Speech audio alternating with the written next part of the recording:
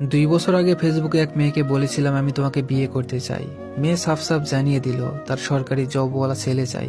আমি শুধু বাই বলে আর কখনো নক করিনি। মেয়েটা সেদিন আমায় ফোন দিয়ে বলে জব পাইছো, আমি বললাম না। সে বলল আমার বিয়ে ঠিক হয়েছে। আমি কংগ্রেস জানাইলাম। মেয়েটা বলল আমাকে নিয়ে পালাইতে পারবা, আমি সরাসরি না বললাম।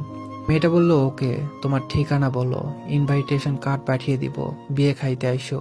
তারপর সে ফোনটা কেটে দিল। 2 দিন পর রঙিন কাগজে মোড়া একটা প্যাকেট আসলো কুরিয়ারে। খুলে দেখলাম তার নিজের হাতে লেখা একটা চিঠি। সেখানে লেখা ছিল, তুমি একটা আহাম্মক, যাই হোক বাবার পছন্দের ছেলেটা বিসিএস ক্যাডার, সদ্যই জয়েন করেছে, এবারের 43তমতে, ফরেন ক্যাডার, অনেক বেতন, অনেক স্মার্ট, তোমার থেকে মার্শাল্লাহ দেখতে সুন্দর। মাথায় অবশ্য তোমার মতো এলোমেলো চুল নেই, সামান্য টাক, তবে খুব গোছালো। আমাকে আশ্বাস দিয়েছে খুব আদরে রাখবে, আশীর্বাদে আমায় গহনায় মরিয়ে দিবে বলেছে। আমাকে সে রানী করে রাখবে, তার বাড়ি